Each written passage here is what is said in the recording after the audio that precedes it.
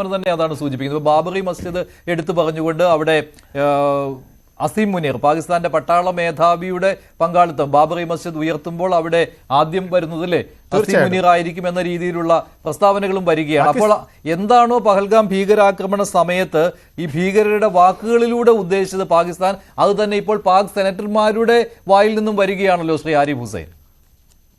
അതെ, അവിടെയാണ് നമ്മൾ ഈ മതഭീകരത എന്ന് പറയുകയും അത് ഏത് മതം എന്നൊക്കെ പറയേണ്ടി വരികയും ചെയ്യുന്ന ഒരു അവസ്ഥ അവിടെയാണ്.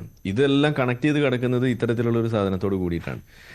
നമ്മൾ അതിനെ അണ്ടർപ്ലേ ചെയ്യുന്നു. ഞാനിപ്പോൾ ഈ ഒരു അവസരത്തിൽ നമ്മൾ എടുത്തു പറയേണ്ട ഒരു സ്റ്റേറ്റ്മെന്റ്, അത് സിംഗപ്പൂരിൽ നിന്നുള്ള അവിടുത്തെ പ്രൈം മിനിസ്റ്ററുടെ ഒരു പ്രസ്താവന കഴിഞ്ഞ ദിവസം കണ്ടിരുന്നു.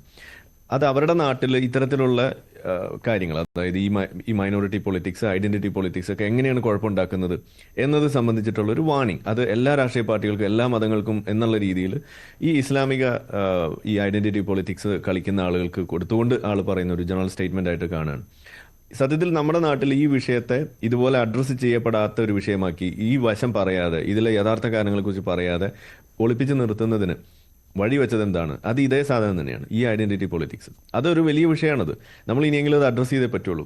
പാകിസ്ഥാനിലുള്ള ഓരോ ആളും ഇത് പറയുന്നു. അവരിവിടെ പറയുന്നു യുദ്ധം ജയിച്ചു കഴിഞ്ഞാൽ ബാബറി മസ്ജിദിൽ ആദ്യത്തെ കല്ല് ഞങ്ങളിടും എന്ന് പറയുമ്പോൾ അവിടെയുള്ള അമ്പലം പൊളിച്ചിട്ട് അത് ചെയ്യുമെന്ന് തന്നെയല്ലേ അതിന്റെ അർത്ഥം. അപ്പൊ ഈ ഒരു രീതിയിലൊക്കെ ഇത് പറഞ്ഞു വെക്കുമ്പോൾ അവർ പറഞ്ഞുകൊണ്ടേ ഇരിക്കുന്ന സംഗതി എന്താണ് എന്ന് നമ്മുടെ നാട്ടുകാർക്ക് മനസ്സിലാക്കാവുന്ന ഭാഷയിൽ പറഞ്ഞു കൊടുക്കേണ്ട ആളുകൾ, അല്ലെങ്കിൽ അതിനെ ഏത് രീതിയിൽ അതിനെ നമ്മൾ സ്വീകരിക്കണം, ഏത് രീതിയിൽ അതിനോട് പ്രതികരിക്കണം എന്ന് നമ്മൾ കാണിച്ചു കൊടുക്കേണ്ട ഒരു ഉത്തരവാദിത്തപ്പെട്ട ഒരു സമൂഹം അതിൽ മൗനമായിട്ടിരിക്കുമ്പോൾ അതൊരു പ്രശ്നമാണെന്നാണ് എന്നെപ്പോലുള്ള ആളുകളൊക്കെ കാണുന്നത്. കാരണം ഇതിന്റെ വിഷയം നേരിട്ട് മനസ്സിലാക്കുന്ന ഒരു വ്യക്തികൾ കൂടിയാണ്. കാരണം ഇതിൽ ജീവിച്ച ആളുകളായതുകൊണ്ട് അവരുടെ ഉദ്ദേശം നമുക്ക് മനസ്സിലാവും. ഈ ഗസ്വായി ഹിന്ദൊക്കെ ചർച്ചയാക്കുന്ന അവിടെയാണ്. പക്ഷെ ഇത് പറയുമ്പോൾ പാകിസ്ഥാന്റെ ലക്ഷ്യം എന്ന് പറയുന്നത് ഇന്ത്യയിൽ ഒരു ഹിന്ദു മുസ്ലിം കലാപം എന്നുള്ളതാണ്. പക്ഷെ അതിനെ നമ്മൾ മറികടന്നിട്ടുണ്ട്, നമ്മൾ മറികടന്നുകൊണ്ടേയിരിക്കും. പക്ഷെ അത് ഉണ്ടാക്കാൻ വേണ്ടിയുള്ള ബോധപൂർവമായ ശ്രമങ്ങൾ വീണ്ടും വീണ്ടും ഉണ്ടാകുന്നു എന്നാണ് അതിന്റെ ഏറ്റവും ഒടുവിലത്തെ ഉദാഹരണമാണ് ഈ പറയുന്നത്. അവരുടെ പേരെന്താണ്? പൽവഷ മുഹമ്മദ് സായി ഖാൻ. അവർ പാകിസ്ഥാൻ സെനറ്റിൽ പറഞ്ഞ കാര്യം ഈ ഇന്ത്യയിൽ ഒരു ഹിന്ദു മുസ്ലിം വൈര്യം അല്ലെങ്കിൽ ഒരു കലാപം ഉണ്ടാക്കാനാണ് അവരുടെ ഉദ്ദേശം എന്ന് നമ്മൾ എന്തടിസ്ഥാനത്തിലാണ് പറയുന്നതെന്നാണ് ഞാൻ ചോദിക്കാം.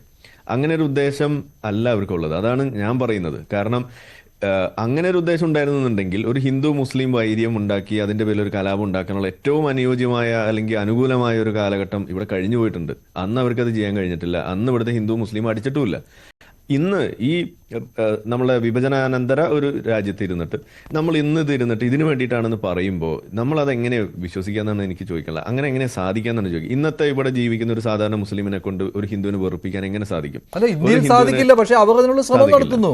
അല്ലാതെ പിന്നെ എന്തിനാണ് അവർ ഇത്തരത്തിലുള്ള പ്രസ്താവനകൾ നടത്തുന്നത്? യെസ്, അവിടെയാണ് നമ്മൾ ഇതിന്റെ യഥാർത്ഥ കാരണത്തിലേക്ക് നമ്മൾ പോകണം എന്ന് പറയുന്നത്. ആ കാരണം എന്ന് പറയുന്നത് അവരെ സംബന്ധിച്ചിടത്തോളം ഇന്ത്യയെ പിടിക്കുക എന്നുള്ളതാണ്. ആ ഇന്ത്യയെ പിടിക്കുക, ഗസ്വായ് ഹിന്ദ് എന്ന് പറയുന്ന സമയത്ത് അത് അവരുടെ ഒരു വലിയ ലക്ഷ്യമായിട്ട് വെക്കുമ്പോൾ അവിടെ ഇന്ത്യയോടൊപ്പം നിൽക്കുന്ന മുസ്ലിം പോലും അവരുടെ ശത്രുവാണ്. അതാണ് അതിൽ നമ്മൾ കാണുന്നത്. ഇപ്പോൾ ഈ 26 പേരെ കൊന്നതിൽ ഒരാളൊരു മുസ്ലിമാണ്. എങ്ങനെയാണ് ഒരു മുസ്ലിമിനെ കൊല്ലാൻ കഴിയുന്നത്? കൊല്ലുന്നതിന്റെ കാരണം എന്താണ്? അവർക്ക് അതിലൊരു തടസ്സം വരാത്തത് എന്തുകൊണ്ടാണ്? കാരണം ആ വ്യക്തി അവൻ അവിടെ ഫൈറ്റ് ചെയ്തത് ആർക്ക് വേണ്ടിയിട്ടാണ്? ഇന്ത്യക്ക് വേണ്ടിയിട്ടാണ്. ഇന്ത്യയെ രക്ഷിക്കാൻ വേണ്ടിയിട്ടാണ് അവൻ ആ ഒരു തോക്ക് പിടിച്ച് വലിക്കാൻ വേണ്ടി നിന്നത്.